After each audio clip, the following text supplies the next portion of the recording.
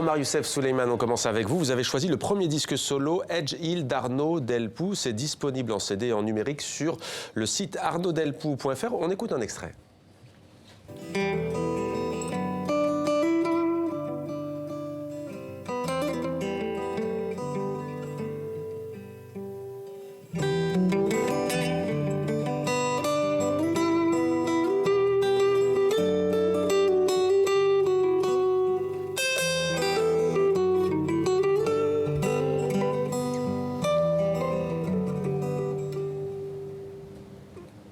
Voilà, et dans l'exil, les mots, mais aussi la musique, sans doute, on imagine pour vous. Pourquoi ce choix précisément? Parce qu'en fait, à mon avis, ce musicien, Arnaud, il est doué.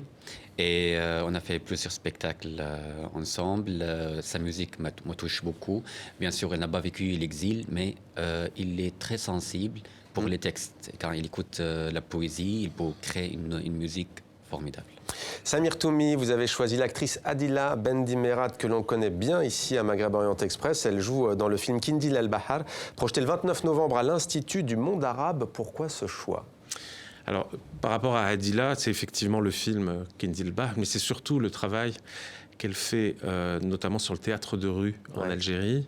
Dernièrement, au mois de septembre, elle a débuté une tournée qui va continuer, où ils sont 4 comédiens à parcourir toutes les petites villes d'Algérie, notamment les villes des hauts plateaux, pour arriver comme ça dans les jardins publics, dans des lieux où il n'y a pas forcément de théâtre et autres, pour jouer au milieu des populations. Et je trouve que c'est fabuleux. Ils sont dans tous les cas dans une petite voiture qui parfois tombe en panne.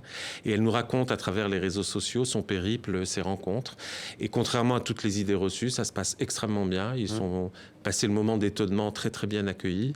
Et il y a de vrais échanges. Et je trouve que cette démarche, elle avait fait ça au départ dans les quartiers populaires d'Alger, à Bab el-Oued et autres, donc occuper des places publiques et faire du théâtre de rue. Et puis là, ils élargissent un peu le spectre. Ils vont dans ces petites villes complètement oubliées, comme Ain Sefra, Djelfa et autres, pour faire du théâtre et la culture pour partager tous, avec la population. En tout cas, Adila Bendimerat, que l'on retrouvera la semaine prochaine sur ce même plateau pour le film dans lequel elle est donc à l'affiche, Kindil El-Bahar.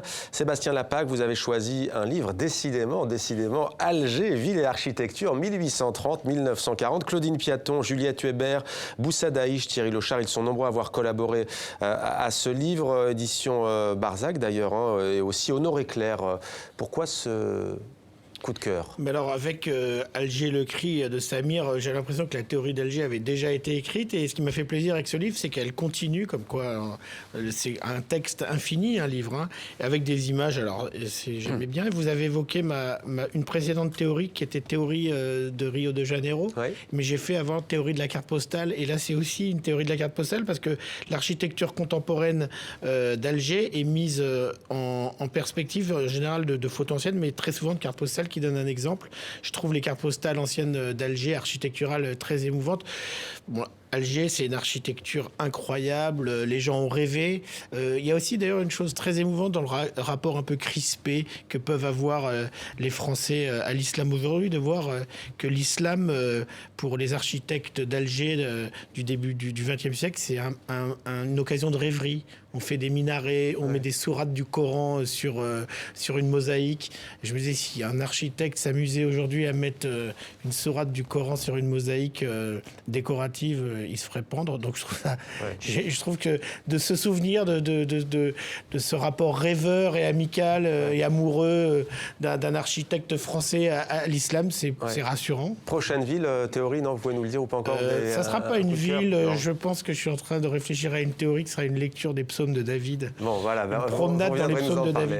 Les psaumes de David.